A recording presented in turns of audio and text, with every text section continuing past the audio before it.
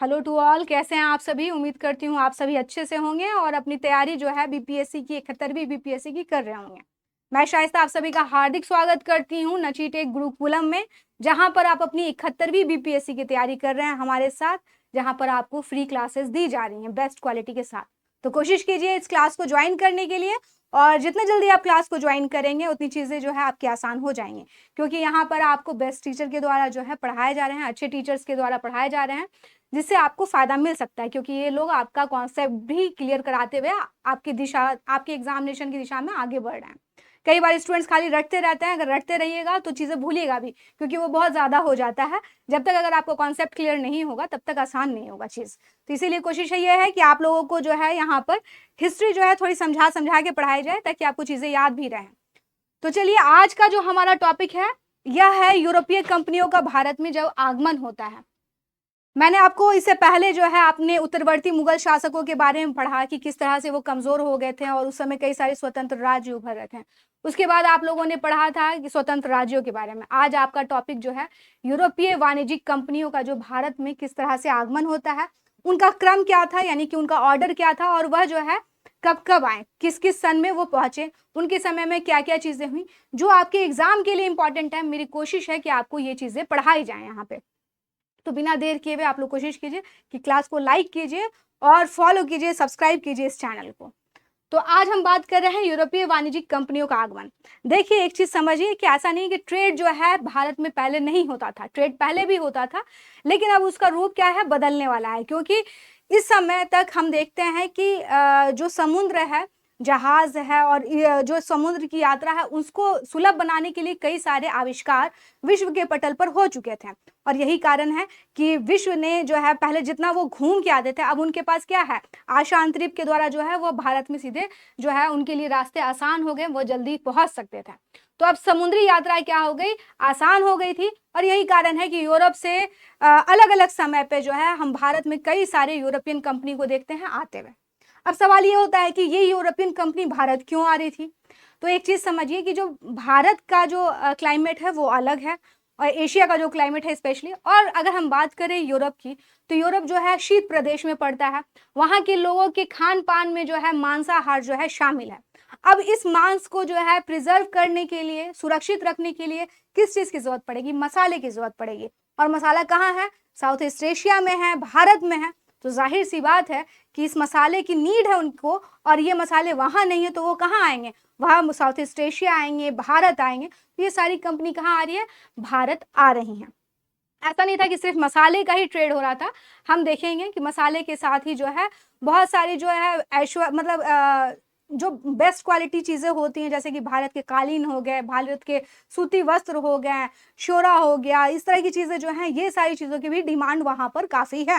लेकिन एक बात जरूर याद रखिए कि मसाले जो है उनकी प्राथमिकता में से एक है। तो मैंने बताया कि ये सारी चीजें जो है कब हो रही हैं, या हो रही हैं मध्यकाल और आधुनिक काल के बीच में हम देखते हैं। और भारत में मैंने बताया कि कई सारी कंपनी आ रही है। इसमें कई सारी कंपनी आती हैं यूरोप की, जैसे पुर्तगीज आए, डच आए, डेन आए, है ना, अंग्रेज आए, फ्रांसीसी आए। लेकिन हम देखते हैं कि ये सारी कंपनी भारत तो आ रही है, लेकिन इसमें एक कंपनी जो है, यानी ईस्ट इंडिया कंपनी, जो कि ब्रिटिश कंपनी है, जो ब्रिटिश के हाथों में थी, और ब्रिटिश लोग हाथों में नहीं कहेंगे, इंडिपेंडेंट थी वो, लेकिन वो क्या है, अंग्रेजी कंपनी है। वो अपने सैनिक क्षमता, अपनी कूटनीतिकता, इन सब के बल पर क्या होती है, एक तरह से वह मुगलों के बाद जो है भारत की सक्सेसर होती है। और भारत का जो पावर है, पॉलिटिकल पावर, जो सारा जो है सारा कंट्रोल उसके हाथ में आ जाता है। वो बात अलग है, लेकिन हम अभी समझेंगे कि किस तरह से ये व्यापारिक कंपनियां भारत आती हैं।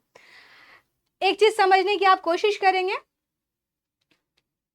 वह यह है स्टूडेंट,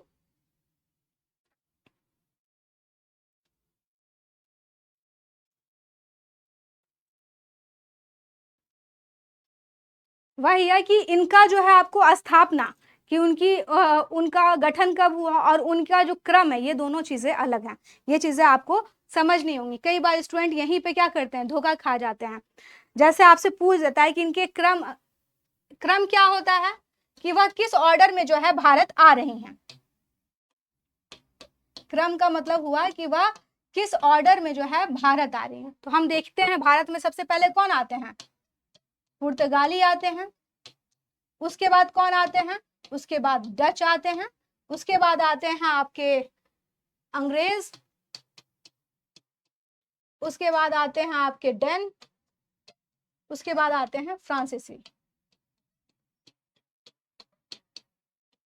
अगर ये ना हो तो आप सीधे यहाँ जंप कर सकते हैं, है ना। ये क्रम है। वैसे तो पुर्तगाल के पुर्तगाली है वह पहले भारत में आए। उसके बाद हम देखते हैं डच जो है, वैसे तो इनकी स्थापना अंग्रेजी ईस्ट इंडिया कंपनी के बाद हुई, लेकिन भारत जो है यह क्या होता है, यह पहले आते हैं। तो इसलिए क्रम में यह क्या है, अंग्रेजों से आगे हैं।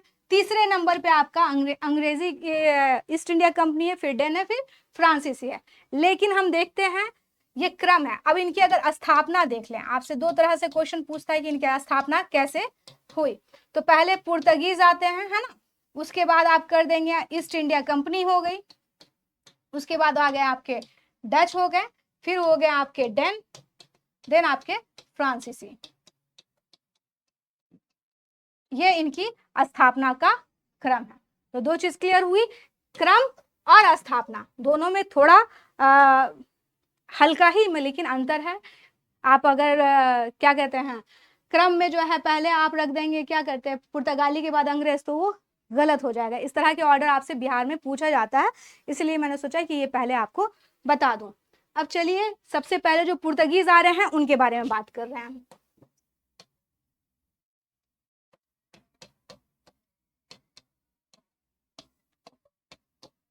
वास्को डिगामा का आप लोगों ने नाम सुना हुआ है, वास्को डिगामा। यह भारत में टोटल 3 बार आया स्टूडेंट।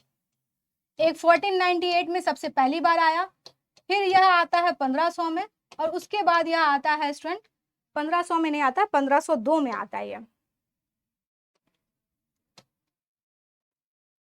और लास्ट यह आता है 1524 में।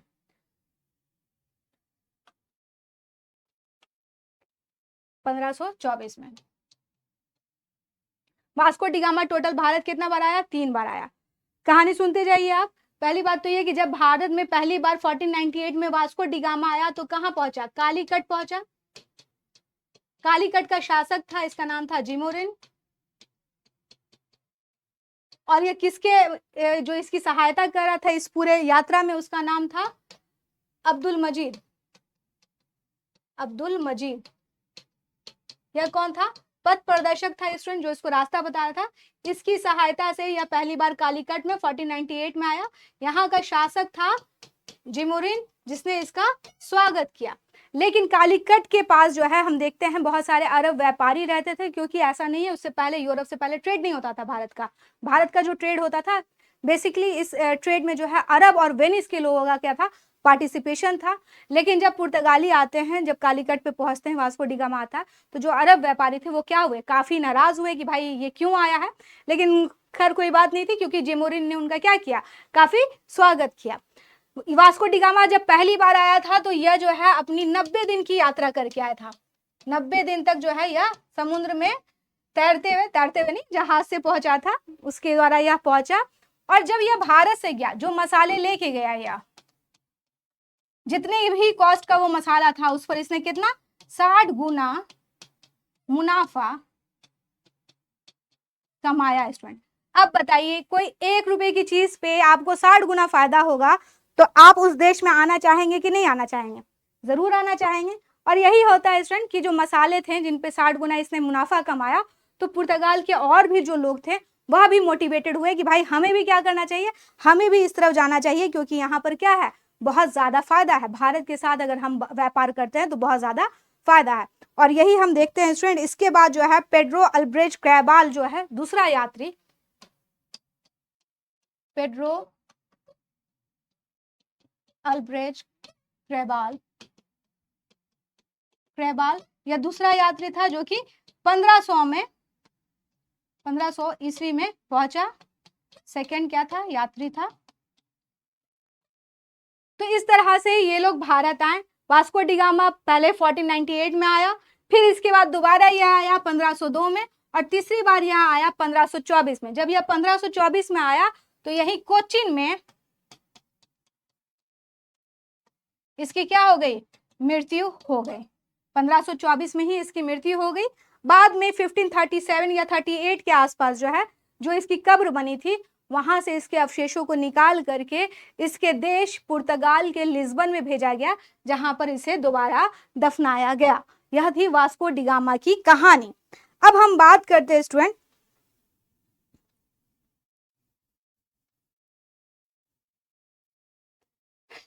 इन्होंने अपना जो पहला कारखाना है, इनका जो पहला कारखाना था वह इन्होंने कोच्चिन में इस्टेब्लिश किया। कारखाना कहिए या हेडक्वार्टर कहिए आप, यह इन्होंने कहा कोच्चिन में इस्टेब्लिश किया। इसके बाद हम देखते हैं कि इनके कई सारे वायसराइज बनते हैं।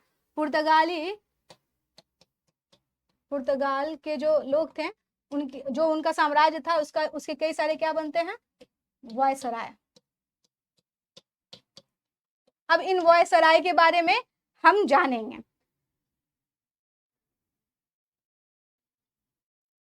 और एक चीज और, जो पुर्तगाली सामुद्रिक साम्राज्य था, इसको एस्तादो द इंडिया कहा जाता है। एस्तादो द इंडिया उनकी भाषा में, आपके लिए जरूरी नहीं है लेकिन मैंने बता दिया कि इसे क्या कहते थे, एस्तादो द इंडिया कहते थे। और इसके बाद हम देखते हैं कोचिन में जो इनका दुर्ग बना, उस समय हम देखते हैं इनका प्रथम वायसराय था Francisco de Almeida. Francis de Almeida. इसके सामने एक जो चीज थी वो बहुत महत्वपूर्ण हुई थी, यह था स्टूडेंट कि इनका द्वीप पर जो है अधिकार हो गया था, जिसके कारण इनका हिंद महासागर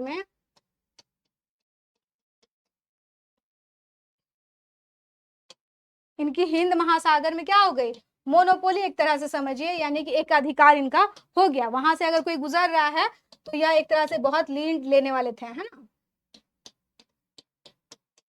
कहां पर, हिंद महासागर में इनकी स्थिति बहुत स्ट्रांग हो गई थी। और इसके टाइम पे ही हम देखते हैं इसने ब्लू वाटर पॉलिसी यानी कि शांत जल की नीति का अनुसरण किया था। ये कुछ पॉइंट है जो आपको याद रखने हैं, जो पुर्तगीज पहला क्या है, वायसराय है, उसके बारे में। इसके बाद हम देखते हैं इनका जो नेक्स्ट वायसराय बनता है, उसका नाम था अल्फ्रांसो डी अल्बुकर्क, है ना।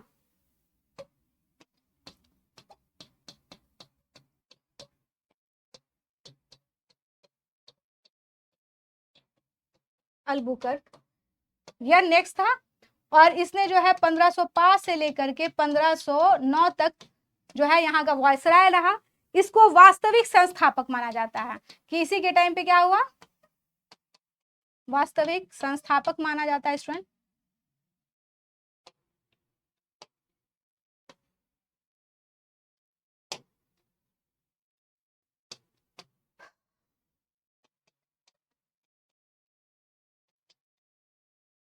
संस्थापक माना जाता है इसे।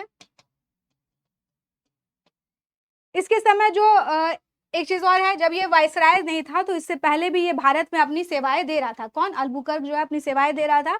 इसके समय क्या होता है, जो बीजापुर के सुल्तान थे उनका नाम था आदिल शाह।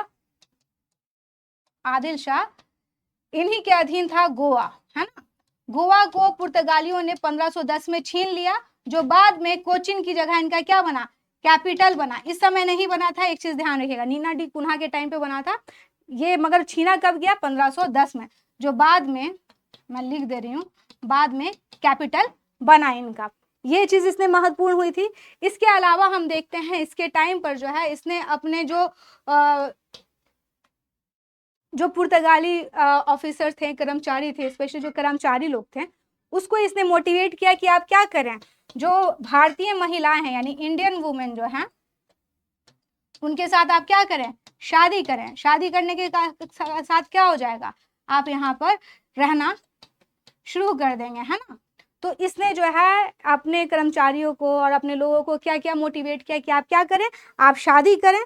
और इसके बाद हम देखते हैं साउथ ईस्ट एशिया में जो है इसके टाइम पर क्या होता है, इसने जो है मलक्का मंडी और हरमुज, इन सभी पर क्या कर लिया, अधिकार कर लिया। तो इसके समय जो है पुर्तगाली जो है बहुत ज्यादा क्या हो गए, शक्तिशाली हो गए। किसके टाइम पे, अल्बुकर्क के टाइम पे, जिसे क्या कहा जाता है, इसे कहा जाता है कि यह वास्तविक संस्थापक था। मैंने कहा है कि जो कैपिटल है अभी चेंज नहीं होगा, अभी कैपिटल इनका क्या है, कोचिन ही है। ये कब होता है, जब नीना डी कुन्हा जो है, मैं लिख दे रही हूं यहाँ पर, 1529 से 38 तक जो है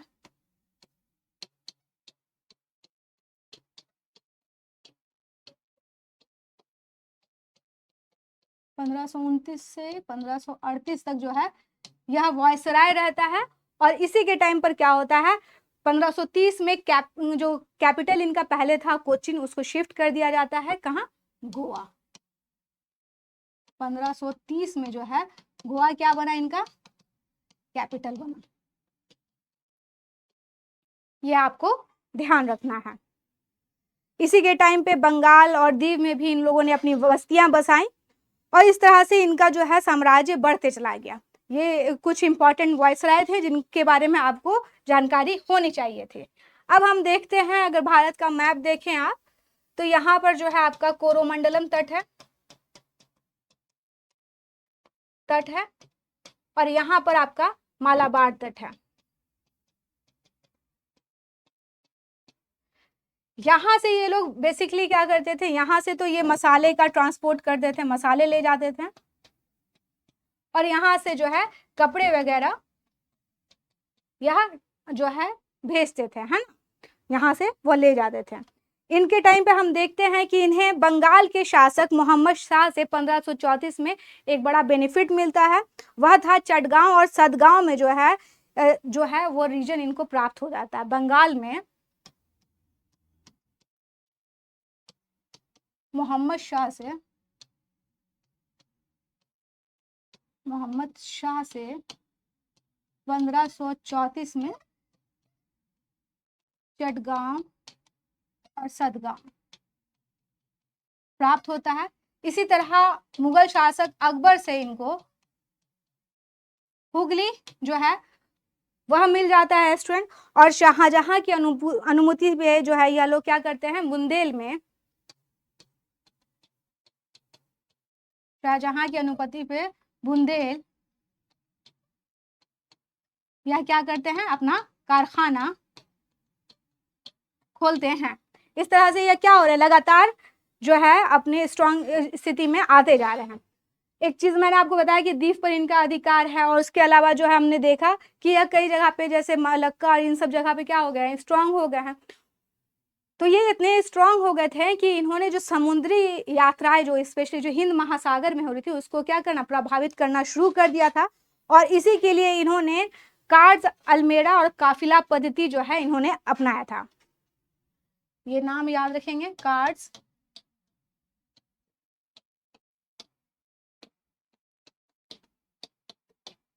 और काफिला पद्धति, ये समझिए आप जरा सा। कार्ड्स एक तरह से क्या है, एक तरह से परमिशन है, जहां पे आपको परमिशन लेना पड़ता है, किससे, पुर्तगीज से जो है आपको परमिशन लेना पड़ता है। यह जो है यहाँ पर भारतीय और जो बाहर के जहाज थे जैसे कि अरबी जहाज, उनको बिना कार्ड्स के जो है यह कहते थे कि आप जो है अरब सागर में क्या नहीं कर सकते, प्रवेश नहीं कर सकते हैं। और इन्हें जो है कहा कि आप बिना हमारी परमिशन के नहीं ले जा सकते हैं, और इससे पैसा भी कमाते थे। प्रतीकात्मक रूप से इस कार्ड्स को जो है परमिशन को अकबर ने भी लिया था। तो एक तरह से तो ये क्या कर रहे हैं, यह जो है अरब सागर में इन्होंने कहा है कि अगर आपको व्यापार करना, अगर आप जाना चाहते हैं तो आपको क्या करना होगा, आपको ये करना होगा, पहली बात तो ये कि आप गोला बारूद नहीं ले जा सकते हैं, और दूसरा बात ये कि आप क्या नहीं ले जा सकते हैं, आप जो है काली मिर्च नहीं ले जा सकते। दो चीज इन्होंने मना की कि दो चीज नहीं ले जा सकते हैं। और तीसरा आपको क्या चाहिए, तीसरा आपको मेरा परमिशन चाहिए पुर्तगीज का, तो वो परमिशन हम देंगे, उसके बाद ही आप जाएंगे। और काफिला पद्धति क्या था, काफिला पद्धति का ये इन्होंने कहा है कि ऐसा है, समुद्र में बहुत सारे क्या हैं, समुद्री लुटेरे हैं। इन समुद्री लुटेरे से प्रोटेक्ट करने के लिए हम आपको क्या देंगे, आपको कवर देंगे, यानी हम आपके साथ चलेंगे, और इस कवर के बदले भी आपको क्या करना पड़ेगा, पे करना पड़ेगा, है ना। तो एक तरह से नियंत्रण और क्या कमाई भी हो रही है। तो इन्होंने कार्ड्स और अल्मेडा पद्धति के द्वारा अपने आप को क्या कर लिया, काफी स्ट्रांग कर लिया था। पूर्व में हम देखते हैं, स्पेशली जो आपको मैंने ये चटगांव लिखा था, यहाँ पर तो ये इतना ज्यादा प्रभावशाली थे, एक तरह से समुद्री लुटेरे का काम कर रहे थे ये। औरंगजेब के टाइम पे औरंगजेब ने जो है चटगांव में जो है इन पर धावा बोल दिया था, क्योंकि ये बड़ा जो पुर्तगीज थे ये बहुत ज्यादा उलट पुलट काम कर रहे थे। बाद में ये सुधरे और शाहजहां ने भी जो है हुगली पर आक्रमण कर दिया था। आपको मैंने बताया था कि इनका दो उद्देश्य था, एक तो व्यापार करना, दूसरा क्या था, ईसाई धर्म में परिवर्तित कराना, है ना, लोगों को उनको जो है उनके धर्म का धर्म परिवर्तन कराना। इसीलिए यह बहुत ज्यादा क्या नहीं हुआ, पॉपुलर भी नहीं हुआ। एक और पॉइंट आपको जान लेना जरूरी है, वह है एक और वॉइसराय था इनका, अल्फांसो डिसूजा, अल्फांसो डिसूजा। इसी के साथ साथ जो है एक बहुत ही पॉपुलर क्या था, ये पॉपुलर जेसुइट संत था जिसका नाम था फ्रांसिस्को जेवियर। फ्रांसिस्को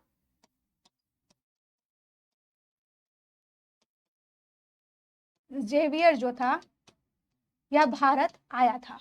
यह बात है आपकी लगभग 1542 से 1545 के बीच में, 1542 से 1545 के बीच में जो है यह वायसराय था। इसी के काल में यह जो संत था, जैसे जेसुइट संत था, यह जो है भारत आया था। और हम देखते हैं कि वैसे पुर्तगाली जो है भारत में तो पहले आते हैं, लेकिन सबसे बाद में जो है ये भारत से जाते हैं। आपको मालूम है कि 1961 में जो है यह भारत से गए, तो वो क्या है, आए तो सबसे पहले लेकिन भारत से गए सबसे बाद में। देखिए जब भी ट्रेड होता है तो ऐसा नहीं कि खाली व्यापार हो रहा है, उसके साथ बहुत सारी चीजें एक्सचेंज होती हैं, बहुत सारी नई चीजें आती हैं।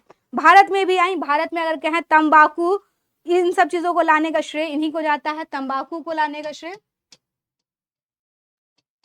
जो काजू खाते हैं, काजू, संतरा, आलू कह लीजिए, आलू, और इसके बाद जो है प्रिंटिंग प्रेस लाने का श्रेय जो है इन्हीं को जाता है स्टूडेंट।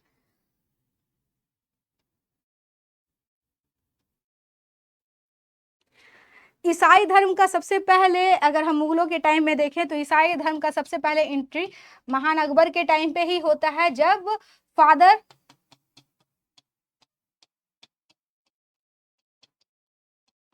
एक वबीबा जो है उनके दरबार में आता है। यह पहला ईसाई धर्म का एंट्री था, कहाँ, मुगल दरबार में, ये आपको याद रखना है। और इनके साथ ही जो कला आई उसको हम लोग कहते हैं गोथिक कला, है ना। गोथिक कला, जो इन्होंने भवन अपने निर्माण किए जो कि यूरोपियन स्टाइल में थे, उसको हम लोग गोथिक कहते हैं। तो इनके साथ ही गोथिक कला का भी आगमन होता है। तो यह पुर्तगाली साम्राज्य के बारे में था जो मैंने आपको बताया। उम्मीद है कि आपको इसमें कोई पॉइंट मिस नहीं नजर आ रही होगी। कोशिश कीजिए कि इसे यही याद कर लें या फिर आप अपने पास नोटबुक में लिख सकते हैं। अब हम बात करते हैं स्टूडेंट डच की, चूंकि इसी क्रम में यह आए थे तो हम उसी क्रम में बात भी करेंगे। जो हॉलैंड है, हॉलैंड के निवासी को ही क्या कहते थे, डच कहते हैं। 1602 में हम देखते हैं वहां की संसद ने एक जो है एक अधिनियम पारित किया और उसके बाद जो है यह डच ईस्ट इंडिया कंपनी जो है वह उसकी स्थापना हुई। इसको संयुक्त डच ईस्ट इंडिया कंपनी भी कहते हैं। और माना जाता है कि इसे जो है आपने अभी जैसे मैं अभी आपको पढ़ाऊंगी ईस्ट इंडिया कंपनी के बारे में, तो आप देखिएगा कि वह बहुत इंडिपेंडेंट थी और अपने निर्णय लेने में स्वतंत्र थी। लेकिन यहाँ पर हम डच के बारे में क्या देख रहे हैं, डच की स्थापना कहाँ हो रही है, वहाँ के संसद में। तो जब संसद में हो रही है तो संसद क्या कर सकती है, कंट्रोल भी कर सकती है। तो जाहिर सी बात है इसे संसद कंट्रोल भी करेगी। जब इसकी स्थापना हुई थी तो इसे हम लोग क्या कहते थे, इसका नाम था वरिंगदे ओस्ट इंडिसे कंपनी। इसका नाम क्या था, वरिंगदे ओस्ट इंडिसे कंपनी। वैसे ये आपसे पूछेंगे नहीं लेकिन मैंने आपको बता दिया क्योंकि ये उन्हीं की भाषा में ये नाम है ना। जब इसकी स्थापना हुई तो इन्हें 21 साल के लिए इनको कहा गया कि 21 साल के लिए आप पूर्व में अपना क्या कर सकते हैं, विस्तार कर सकते हैं, युद्ध कर सकते हैं और व्यापार कर सकते हैं। इन्हें ये अधिकार दिया गया कि आप पूर्व में क्या क्या काम कर सकते हैं। और ये जब यहाँ पे आए तो इनकी जो पहली फैक्ट्री थी स्टूडेंट वह बनी 1605 में मुसलीपट्टनम में। कहाँ पे? 1605 में इन्होंने अपनी पहली फैक्ट्री बनाई मुसलीपट्टनम में।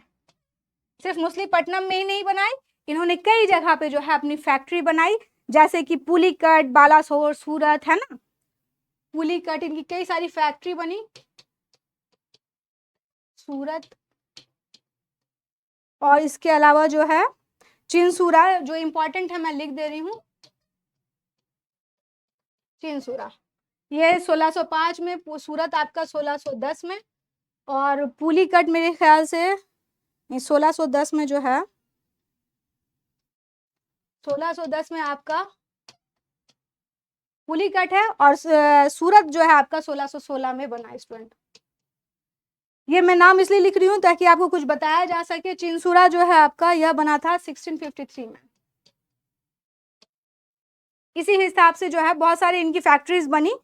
और एक चीज याद रखिएगा, जो पुलिकट है यहाँ पर इन्होंने एक अपना दुर्ग बनवाया, और इसको कहते थे पुलिकट में गैलिड्रिया का दुर्ग। आपसे पूछ सकता है कि गैलिड्रिया का दुर्ग कहाँ था? ये पुलिकट में था, और यहाँ पर इन्होंने एक सिक्का चढ़ाया जिसको पैगोडा कहते हैं। इसे क्या कहते हैं? पैगोडा कहते थे। क्या है ये एक सिक्का है जिसे इन्होंने चलाया था पुलिकट में। किसने चलाया था? डचों ने चलाया था। मैं लिख दे रही हूँ, सिक्का है ये, है ना।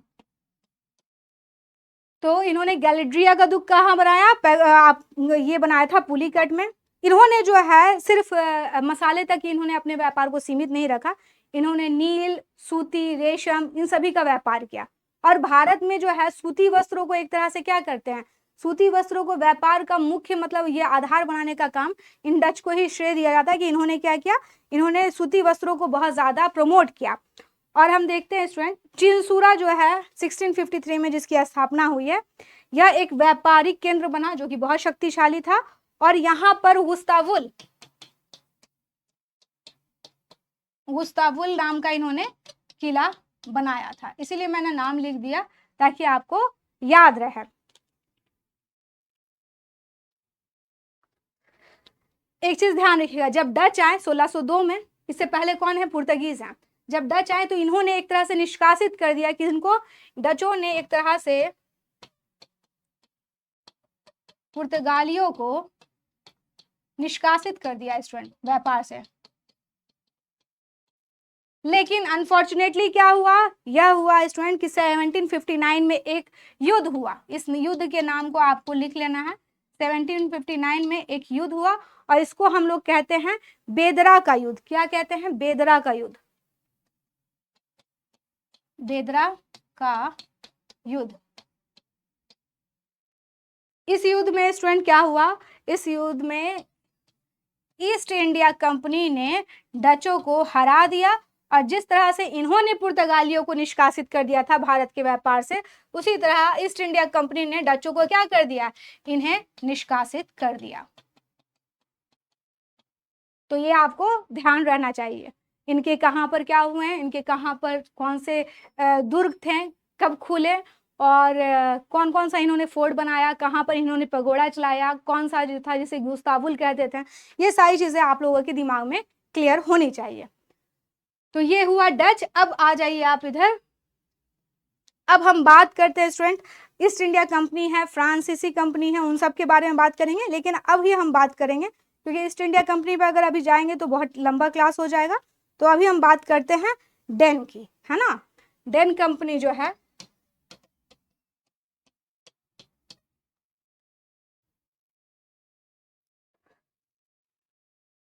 डेनमार्क की ईस्ट इंडिया कंपनी की स्थापना होती है 1616 में। इसकी स्थापना कब हुई? 1616 में हुई स्टूडेंट। और 1620 में इन्होंने त्रेंकोबार में अपना जो है, और 1676 में इन्होंने सेरामपुर में अपनी व्यापारिक कोठियां स्थापित की। तो त्रेंकोबार और सेरामपुर में इन्होंने अपनी कोठियां क्या की? स्थापित की। सबसे पहले जो है इन्होंने 1620 में यहाँ पर की थी और बाद में जो है इन्होंने सेरामपुर में अपनी कोठी स्थापित की। लेकिन एक चीज याद रखिएगा, डेन का जो मेन जो डेन थे, जो व्यापारिक कंपनी थी, इनका मुख्य केंद्र कौन था? सेरामपुर था, इनका मुख्य केंद्र यही था। लेकिन इन्होंने क्या किया, जो डेन कंपनी थी, Dane East India company, Dane East India company जो थी, इसने क्या किया, 1845 में स्टूडेंट इन्होंने अपनी कंपनी को बेच दिया। 1845 में इन्होंने अपनी कंपनी को क्या किया, बेच दिया। किससे बेचा? ईस्ट इंडिया कंपनी से। तो अब इनका कौन हो गया, ये किसके अंडर चले गए? ईस्ट इंडिया कंपनी के अंडर चले गए। तो ये डेन के बारे में था। अब दो रह गए हैं आपके, ईस्ट इंडिया कंपनी और जो है फ्रांसीसी। इन दोनों के बारे में हम लोग नेक्स्ट क्लास में पढ़ेंगे। तो आप लोग कोशिश कीजिए क्लास में कंटिन्यू रहने की, और जो भी स्टूडेंट जुड़ना चाहते हैं वह नचिटेक गुरुकुलम को क्या करें, सब्सक्राइब कर ले स्टूडेंट। यहाँ पर आपकी 71वीं बीपीएससी की क्लास हो रही है जो कि बिल्कुल फ्री है। तो कोशिश कीजिए यहाँ पे जुड़ने के लिए। यहाँ पर मैं आपको हिस्ट्री पढ़ा रही हूँ, हिस्ट्री में भी अभी मैं मॉडर्न इंडिया का सेक्शन जो है आप लोगों को पढ़ा रही हूँ। तो कोशिश कीजिए जुड़ने की, ताकि आप लोग चीज़ें और क्लियर करके समझ सकें। उम्मीद करती हूँ आपको क्लास अच्छी लगी होगी। तो ज़रूर इसे लाइक करें और अपने कमेंट ज़रूर छोड़ें। मुझे दे इजाज़त, धन्यवाद।